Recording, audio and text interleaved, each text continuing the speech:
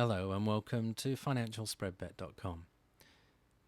In this article we're going to be discussing financial trading, and it's an introduction to financial trading entitled Financial Trading 101. How many times have you thought of how many of the world's wealthiest people manage to attain such enormous sums of money, but also manage to year on year appear to get wealthier and wealthier? To many, if not all of us, this appears to be a pipe dream, something totally unattainable and out of reach. Most look at the world's wealthy and wrongly assume that they know something secret, that perhaps they are doing something illegal to attain such wealth. For most of the world's wealthy, at least 99% attain their wealth through good investment, whether that is managed by a broker or by themselves, and 99% of the time many invest in the financial markets using financial trading. When we utter the words financial trading, it can appear daunting, almost mystical. We think of traders and the yuppies of the 80s, all staring at large screens with data blinking here and there and shouting buy, sell, and waving their hands in the air. Inasmuch as a lot of this has now disappeared since the dawn of instant trading through computer software, either in the exchange or on now people like you and me sitting at home trading from the comfort of their favourite chair. Today it is now more than possible for the average person to learn to trade, to develop an understanding of the markets. With the dawn of the internet and the brokers allowing easier access to platforms that you can use to trade online, and the relative ease now of opening and funding a trading account, enables anyone, providing they have a steady head and heart, willing to lose, be sensible and not bet the farm of their trading on their trading ability, it can be possible over time to develop real skills and abilities and learn to make money from the financial markets.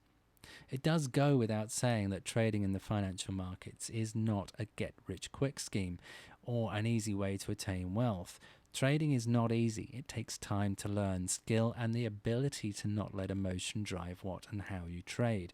After all, most traders are trading using their own hard-earned money. When you trade, you risk not only the amount you have, but depending on what you are trading, you can incur losses that are greater than which you placed with your broker.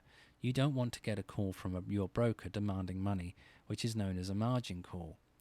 Thankfully, these days, the horror stories of people losing their homes and much more are relatively few and far between. Common sense prevails in all methods of investing and trading, whether you are new to trading or an experienced trader.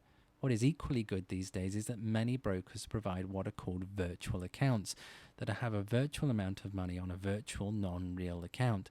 You can use this to learn, develop and get an idea of what is involved in trading online, and further enhance and develop your skills and understanding in trading over time. In fact, it is one of the key methods we would recommend anyone to do after they have understood the basics of the markets, what they want to trade, the methods of how they are going to trade, and so on.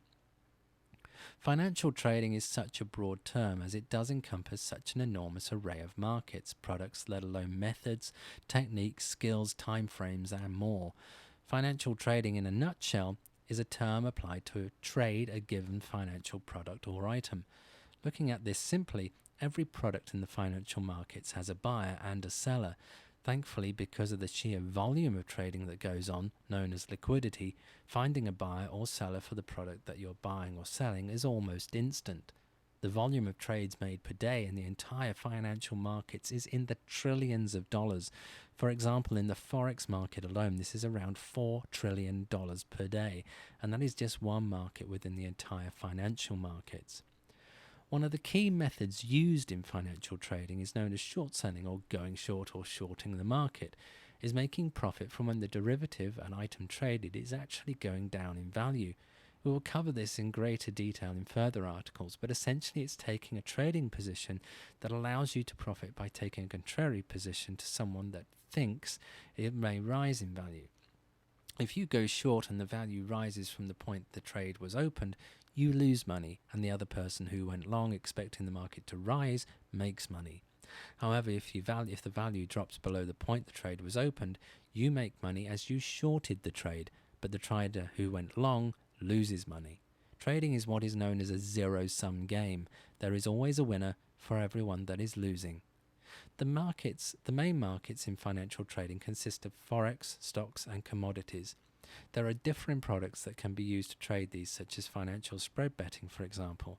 As this website grows, we will cover each of these markets in a great deal of detail, as well as methods and techniques that are established in how to trade them, including our own tutorials, training, and more.